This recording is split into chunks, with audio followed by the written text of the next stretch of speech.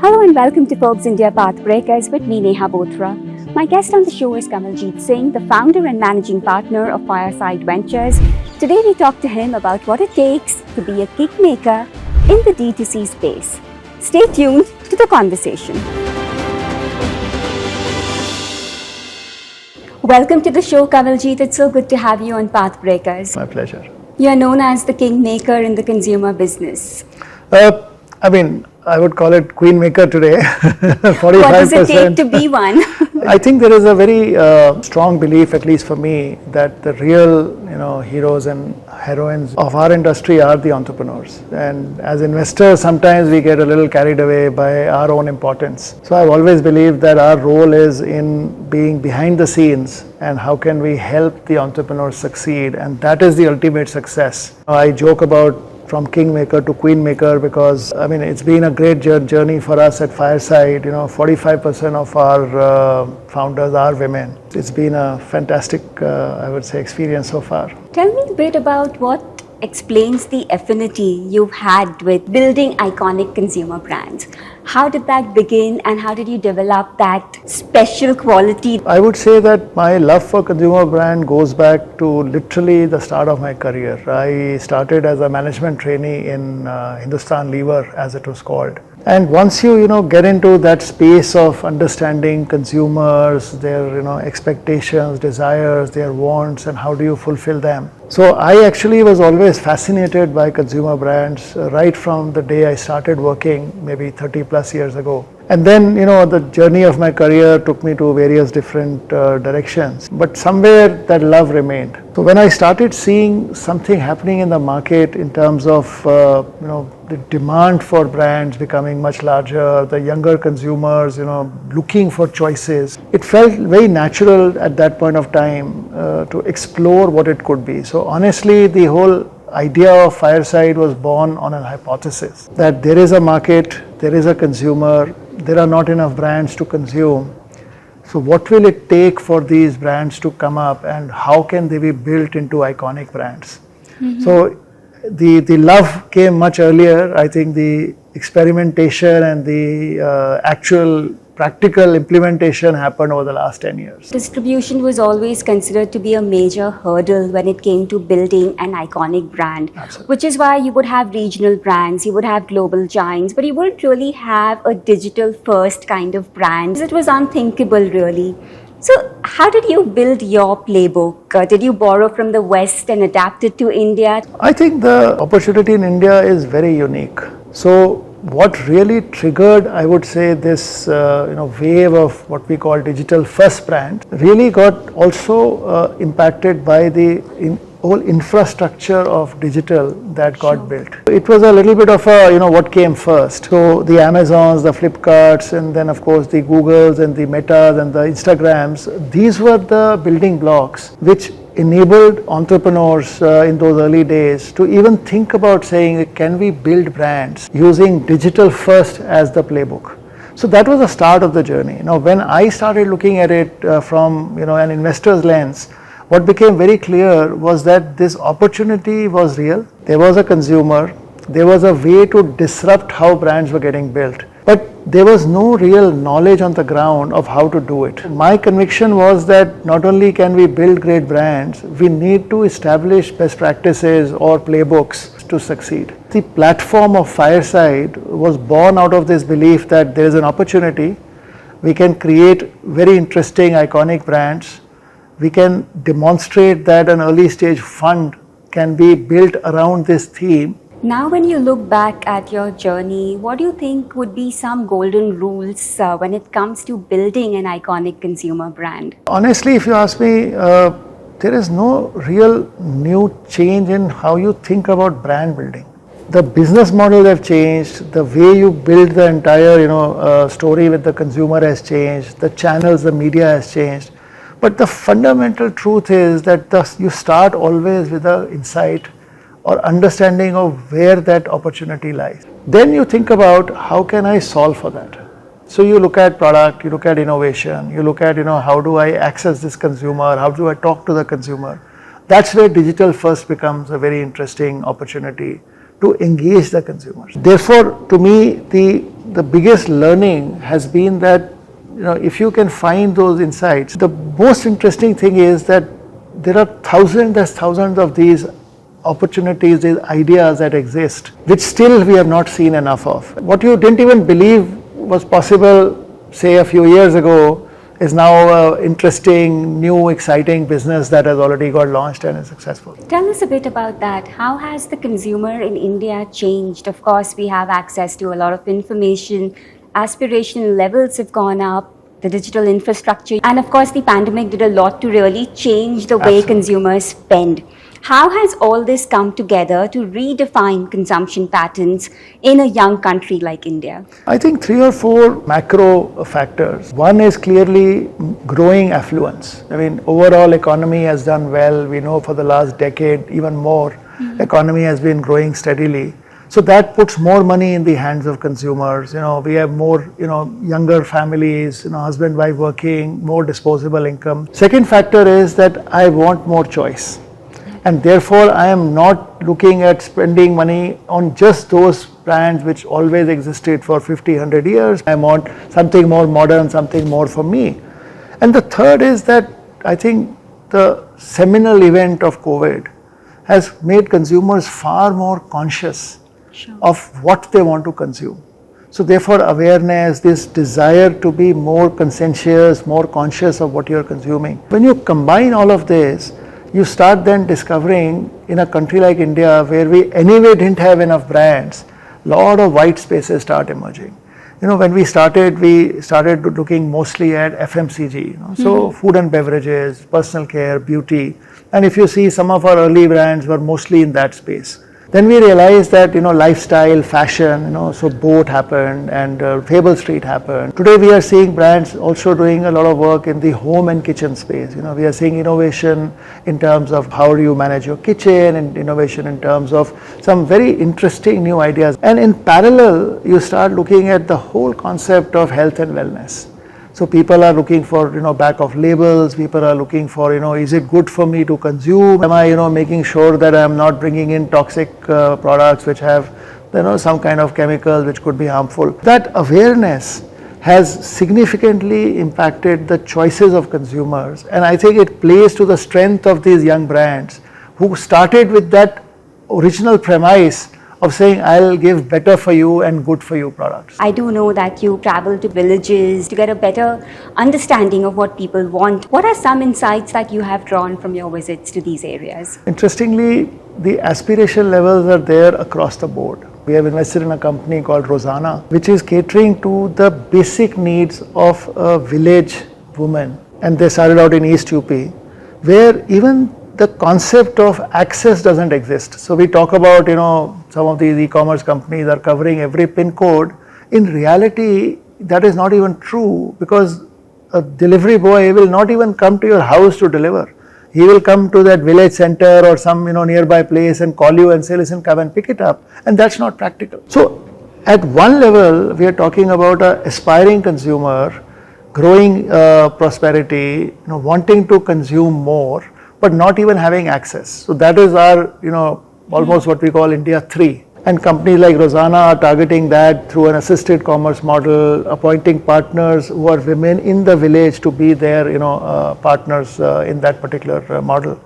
Then you have India 2, which is actually a very large part of, what you call Bharat, where the consumer has the same access to information. They are getting more and more comfortable with online transactions. But once again, to reach that consumer, you need the right product and the right value. So just taking something which has worked in an urban context and saying, okay, I'm going to transplant into India 2 is just not going to work. So the learning is that you have to start by almost designing products for that consumer. Supply chain becomes a big challenge there. And how do you manage for that? Then of course you have the urban consumer who is looking now not only for great products, but great experiences. So now you're talking about personalization, premiumization. The Gen Z consumer is an emerging large opportunity. Then you have the older generation. We have seen some very interesting business models around menopause. Even in general, the silvers, as now the older generation is being called, is there an opportunity to build brands. So there are so many different cuts to that. So the models are changing once again in different parts of the country. What would you say is driving demand? Is it India 1, India 2? India 3, of course, would need 10, 15 years before there is a certain level of development that happens. If you see the decade, it has been more India 1. So designing for that consumer, they are more internet connected, they are more digital savvy, they are very comfortable transacting online, logistics is easier. So all of that led to the rise of a lot of successful brands. I think a lot of effort is now happening in the last few years in India too. So I would say that the big growth over the next decade will come from India too.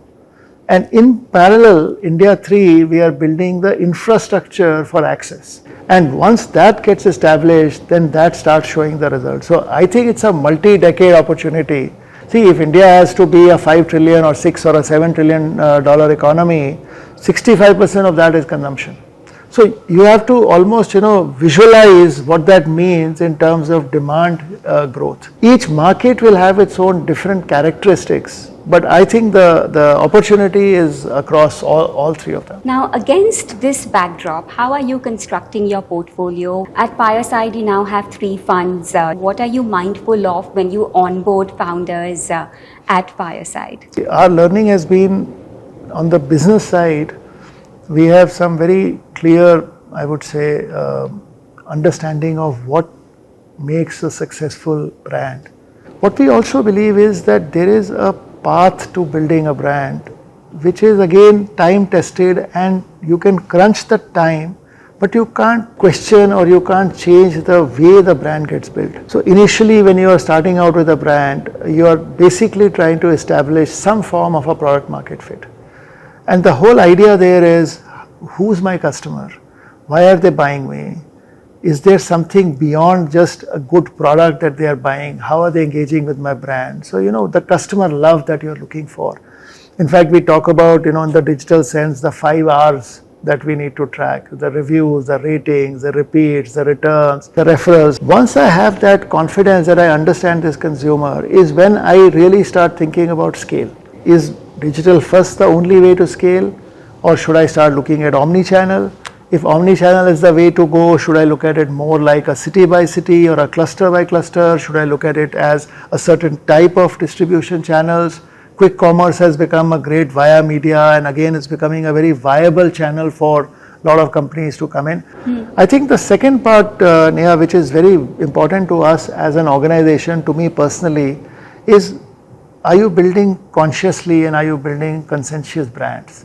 So we have this concept called value of good, and we use that in measuring our own self on how we perform. We are very conscientious about how we invest in companies, and then working with the companies to bring in that consciousness of saying, don't ignore the planet, don't ignore the people while you're building these great brands, because you have to coexist. We truly believe that to build long-term sustainable iconic brands, you have to also be very conscientious and conscious. So do you have a ready reckoner of sorts that you share with your founders on how they can go about cracking the ESG code? We actually published a ESG value of good, almost exactly what you said, a ready reckoner. At every stage of the brand building, what are the practices and how you should be. So that includes even policies, that includes areas like governance, including areas like inclusivity, diversity, and of course planet. But we also do this playbook concept very seriously on all aspects.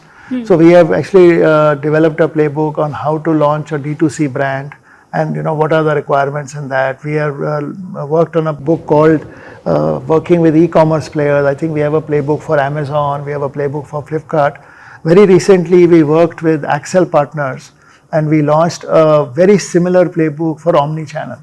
How do you launch a D2C brand in the omni-channel space? If it's going into the brick and mortar space, competing with some of the legacy brands out there, how do the dynamics play out? We believe that omni-channel is really about integrating your business across multiple channels.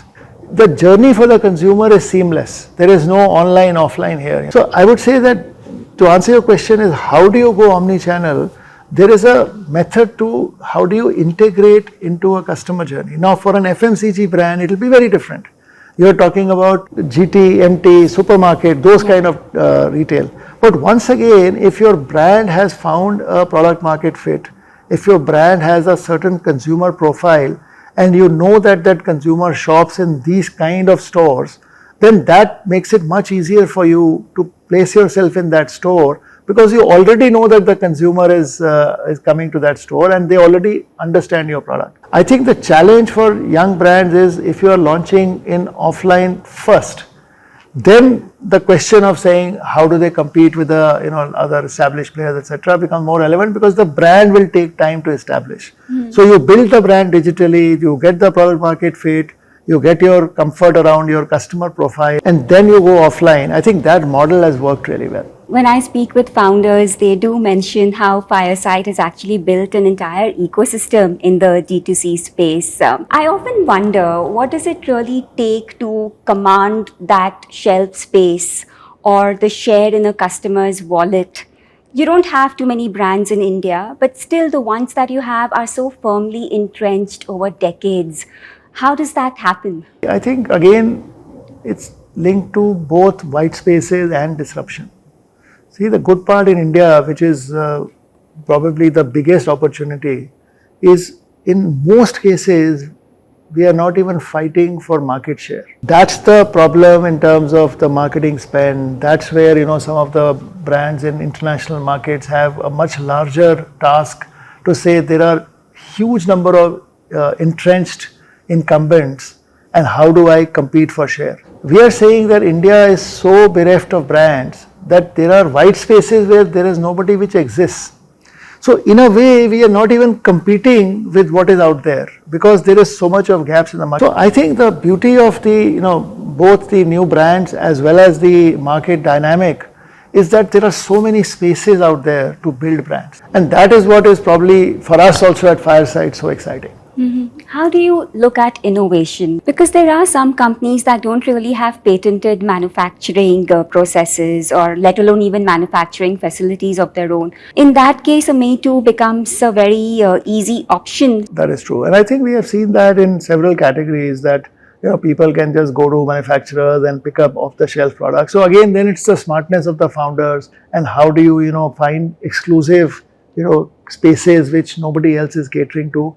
Once you have a first mover advantage, then how are you executing? How are you getting? See, the brand is more than just the product. The brand is the consumer connect. Brand is how the consumer perceives you. I would agree. I think there's a lot of activity in the market, but eventually, we still believe that if you have the right consumer insight, if you are doing the right product, and then you are executing it to the plan, you can build still many, many, many hundreds, if not thousands of brands in this country. There is so much of opportunity. Based on your experience in this space and your interaction with founders, have you found that many of the larger FMCG companies have an advantage?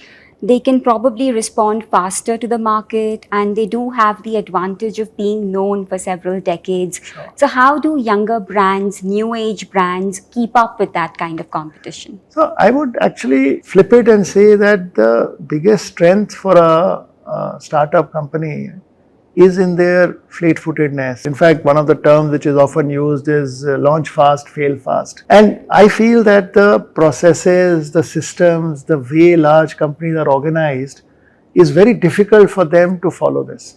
To be agile. And to be, this type of experimentative, where you're continuously doing something to, test in the market and continuously, adapting to that. Second thing is that the internal, let's call it, organizational dynamics in a large company is very difficult to launch new products, new brands, new categories. Their sales system will have such a large basket to sell, and putting one little thing on top of that will be a very, very tough proposition to convince every salesperson in the team to be able to go and do that. So actually, I would say that one of the things we have seen as a trend is most of these large multinationals or the Indian large consumer companies are becoming more acquisitive once a company has reached a certain size. Marico, Unilever, everybody has some example. Because for them, taking a 100, 200 crore brand and building that to 1,000 crores is a far more, I would say, manageable process than building a brand from 0 to 100. We work with all these companies, several of them are investors in our fund. So again, it's an ecosystem play, which I think works to the advantage of both. So you have about 45 brands across 3 funds. When you invest in them, do you have an underlying aspiration that this should be a 1,000 crore brand or this should be a unicorn? Yeah. What do you think when you invest in these companies? Because there would be some outcome you have in mind when you put in a check. The funny thing, when we started out, somebody asked me this question saying, what is an iconic brand? And in my, complete naivety, I said 100 crores is iconic. I think I've changed that goalpost to 500 crores now. So what we are looking for is, can you build a great, consumer love brand? And at every stage of that growth, there is some potential for realizing some kind of an exit or a, let's say, value. So we have great success at companies who have achieved 100 crores in revenue, and we were able to find exit path for them. We have great success in companies where we have reached a certain size where we could sell our share and private equity players came in and partially bought us out and moved on. And then we have the Onasa experience of taking an IPO. The fundamental premise of Fireside as a fund is based on 2 belief systems. One is, if you can build great brands which consumers love, there will be exit opportunities at various points and different types of exit opportunities. So you're creating value, you're creating wealth, not only for yourself, but more importantly for the founders. Second is that these are very capital efficient businesses. Once you have established product market fit, you really don't need to raise too much of money. So today, if I take the math of saying, I have a 150, 200 crore brand, which let's say hypothetically is valued at 1,000 crores, everybody who is an investor, who's a founder, who's an angel investor, everybody makes good money on that. So there is therefore that whole belief of saying, do you need X number of unicorns to succeed as a fund, does not apply as much to this space as I would say to some of the others, where you're, talking of the power laws and 20% of the companies will succeed and will carry the rest of them forward. The success ratio here is much higher. So we have seen anywhere from 45-50% to even 70% success across our first and second fund. And therefore the whole belief system is that if you can create the playbooks, invest in great opportunities, identify white spaces through good thesis building, and then work with the companies, and you can get 50, 60, 70% success ratio, then you take away that pressure of saying which is a unicorn in the making. The good news is unicorns will also happen, but you are not dependent on that for success of what you are doing. And to me, more importantly, you are creating wealth for a much larger set of founders, and that is ultimately to me a huge virtuous cycle, because what we are also seeing is these are all founders, then they start reinvesting in the system. Do you have milestones when it comes to multiple rounds of investment in the same company? Yes, we do. Typically, we do 2 checks. Our first check is typically at a stage when the company is probably as low as 30-40 lakhs, maybe up to 1 crore of revenue per month. We do probably a 10 to 15 crore check, and we take 20%. I mean, that's a formula. Then we have what we call a second check process, where we have again defined a very clear roadmap of saying these are the things that we will assess you for. I talked about repeat rates, I talked about customer love, we talk about channel wise breakup, unit economics, profitability. When we write the second check, then we also get either our own LPs, which are large Indian families themselves, or other investors to come in. And then the third check is really when you have established that platform where you say, now that the company is ready for growth, and then more private equity and some of the larger investors come in to take them to the next level. So we have a fairly high confidence formula of what does a company need to show at check 1, check 2, check 3. Typically, what percentage are you comfortable holding in a company? So our typical sweet spot is to start with a 20%.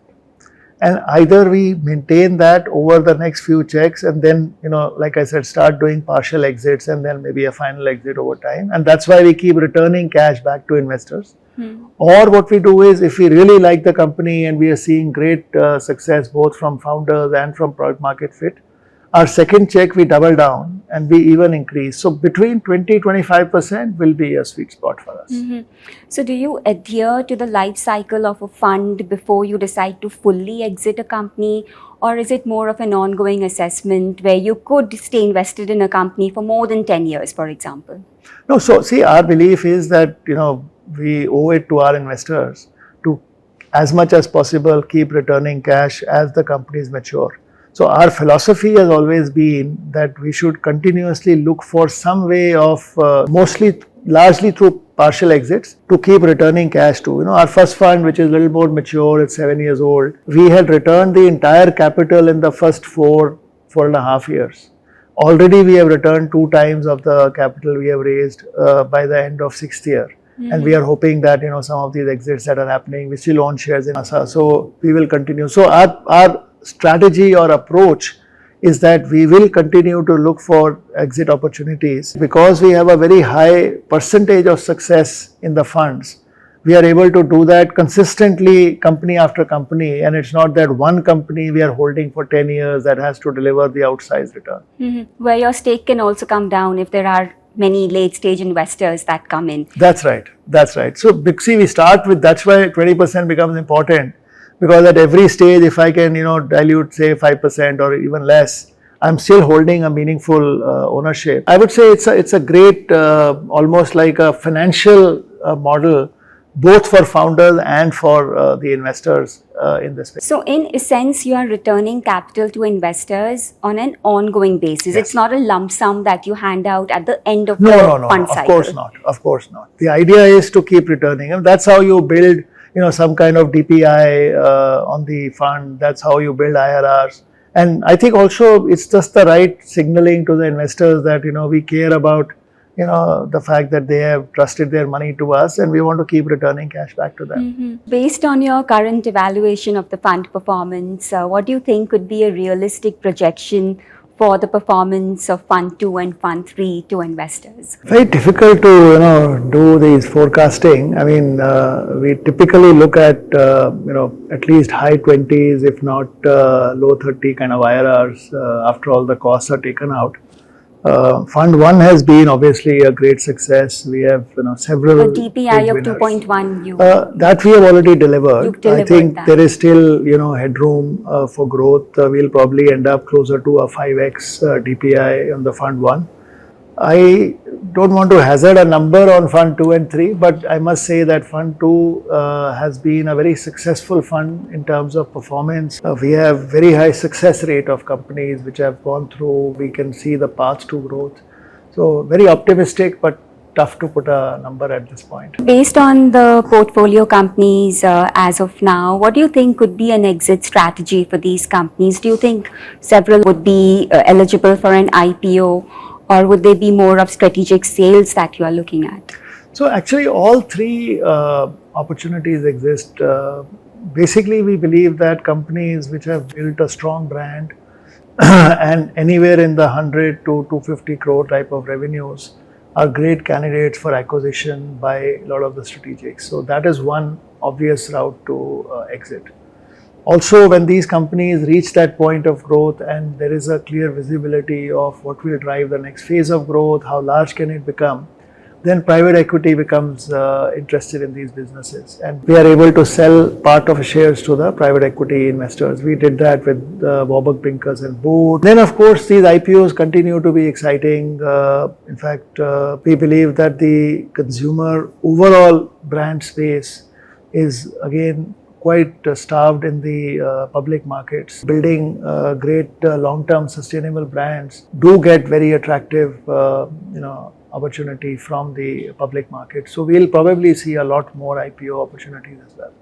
If you were to tell me a few companies in the portfolio that could be possible IPO candidates. Certainly, we believe that a Boat could be a good candidate. I can't comment on timing. I think they are figuring it out. I had personally invested in companies like Licious and Paperboat and ID. I mean, all of them I believe are potential IPO candidates. So at least in my visibility at this point of time, some of these are very likely candidates for IPO. In our current portfolio, still the companies are smaller, so I can't confidently say that they will and can go for IPO, but several of them, see, also the interesting thing is that IPO also is a function of the desire of the founders and how they want to build out. So we have several companies where the founders have this belief that next 10, 15, 20 years, they want to build great brands, they want to take them IPO, they want to continue to run them. So that mindset exists, companies are doing well, but can I put a finger on it and say that these are certainly going to go IPO? Little premature. Maybe 2 years later, I'll give you a stronger answer. Are there portfolio companies that are struggling at this point, and what are some ways of revival that you are considering? So I think very early stage companies do have, sometimes the issues of defining and finding product market fit. Yeah. So I wouldn't call that struggling. I don't think we have too many cases where it's a completely, a struggle that company has to shut down. And more so, as we are getting better understanding of the market is maturing, we are getting better at what we do.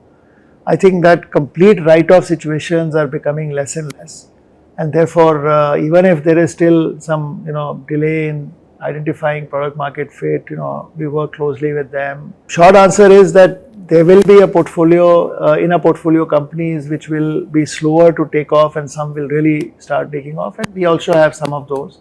But nothing which is, in the stage, I would call it struggling in that sense. A decade ago, most VCs were not looking at consumer brands. Tech startups were the darlings, so to say. Sure. How has it changed a decade later when you interact with investors?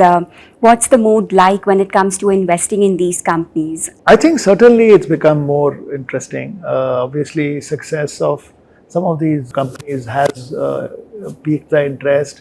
Infrastructure, consumption, demand. So the fundamentals were always there. I think they have got more proven in the market. The fact that brands are getting built, brands are getting exited, the fact that ecosystem is maturing, all that is attracting more capital. I would still argue that the amount of money coming into consumer brands today is still much smaller as a percentage to what goes into technology, which I guess is a function of, how these markets operate. But it is becoming significantly more than it was, say, 10 years ago. Also, interestingly, is not just the fact that there are funds like us who are exclusively dedicated on consumer brands, and there are several others like that. But even the more classic tech investors have started carving out, parts of their funds for consumer brands. And equally importantly, I would argue that the family offices and large Indian families have started now putting money into directly either into these kind of consumer brands. So actually the ecosystem of investors has expanded quite, I would say, actively in the last 10 years. Mm-hmm. But it's still, we don't think that is competition. We think that is important for, encouraging more entrepreneurship and getting more activity in the space. So, more the merrier for us. So it still hasn't come to a point where it can derail a deal or, price a deal higher than what is reasonable. So there will be one-off cases where somebody will offer a price which is, ridiculous. And, we are very disciplined. We will not, change our, what we call conditions of what is a fair price. We don't try to do something which is unfair to the founders. And we also don't get carried away by saying, oh, we have to outbid somebody else at a price, because it's actually not good for the founders, not good for the company, not good for the investors. But yes, some of that has started happening. I think what is more importantly happening is that the time taken to decide is getting tighter. If you are one of the few players, you also get a little complacent. You say, okay, what's the hurry? I will, evaluate at my own pace. I'll take 3 months, 6 months. But today, when there is so much of interest in the space, you have to be sharp about it. So one of the learnings for us as a team is, go more thesis based, go more, ready with your own understanding of what will drive success, so that you're not learning new things every time you look at a deal, and you have some frameworks that you work with. So it forces us to be more efficient and forces us to be more deeper in terms of our thesis. And I think that's a good thing.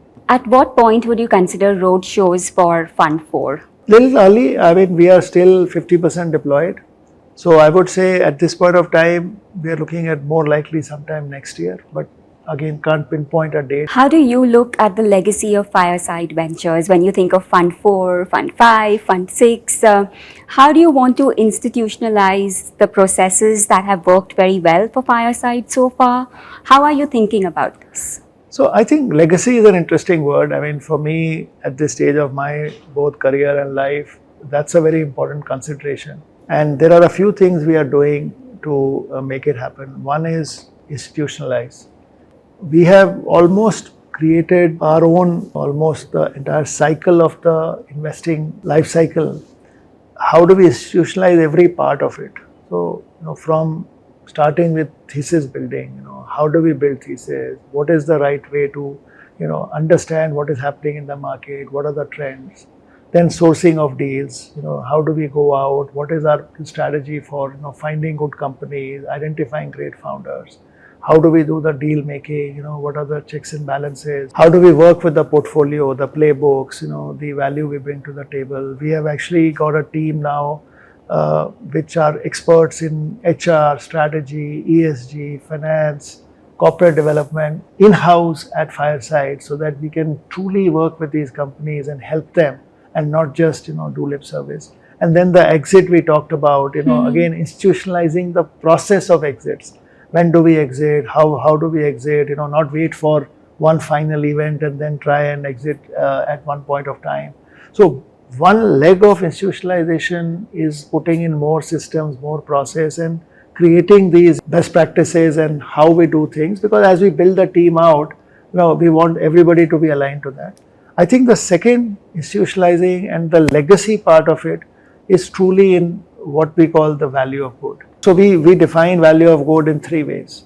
We say we are founder first, and each one of us is accountable. And how do we enable founders to become successful? So the kingmaker question, the queenmaker question. Then we say planet first, that we will not be irresponsible and not be ignorant about planet and the society. And what do we do about that? We have programs in place, we have an in-house ESG person, and then we work with the company. So we are very different in some ways from a lot of other investors, because we literally treat each deal as a deal of the entire fund. So everybody who can help the company is involved in that process. We have people who have built expertise, say in quick commerce.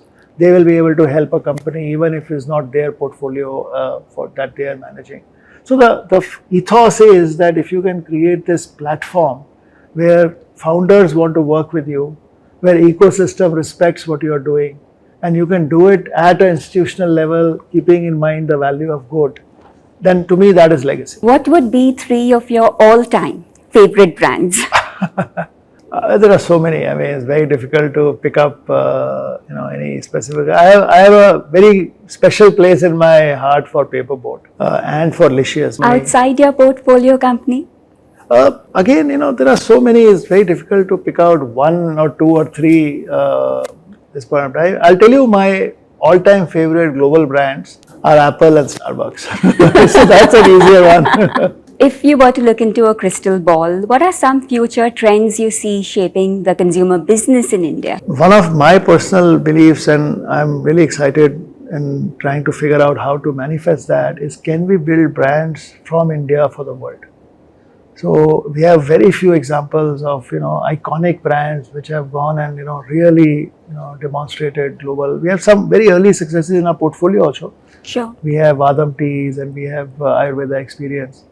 But in the next 10 years, if we can see, a few brands which have gone and built, the likes of, if you take categories like, the Nikes of the world, the Starbucks of the world, the Apples of the world, that will be fascinating. What do you think could be a force of disruption to that end? We saw D2C emerge as one big game changer. Sure. What would be the next? So I think digital is still a great way to build a global brand. So today, apart from Amazon, which itself is a massive, juggernaut itself, there are now more and more of these platforms which you can go and again do the same, product market fit, testing of the consumer. And good news is that I think India is starting to get acknowledged as an important country or an important region where interesting, brands can be adopted in global context. So we have seen obviously some very early beautiful signs of things like Ayurveda, as yoga as a practice. We are seeing a lot of work happening in the area of home decor and again handmade artisanal Yes. products. Even in the commodity side, things like tea, spices, some of these areas. Now, can you brand them? Can you build stories around them? Can you, make them appeal to global markets? I think there is a huge headroom which can be built around that. And hopefully one day, we will see brands all over the world which came from India and we'll be proud of them. This was such an interesting and insightful conversation. Thank you very much for your time. Thank you so much. Thank you so much. Pleasure.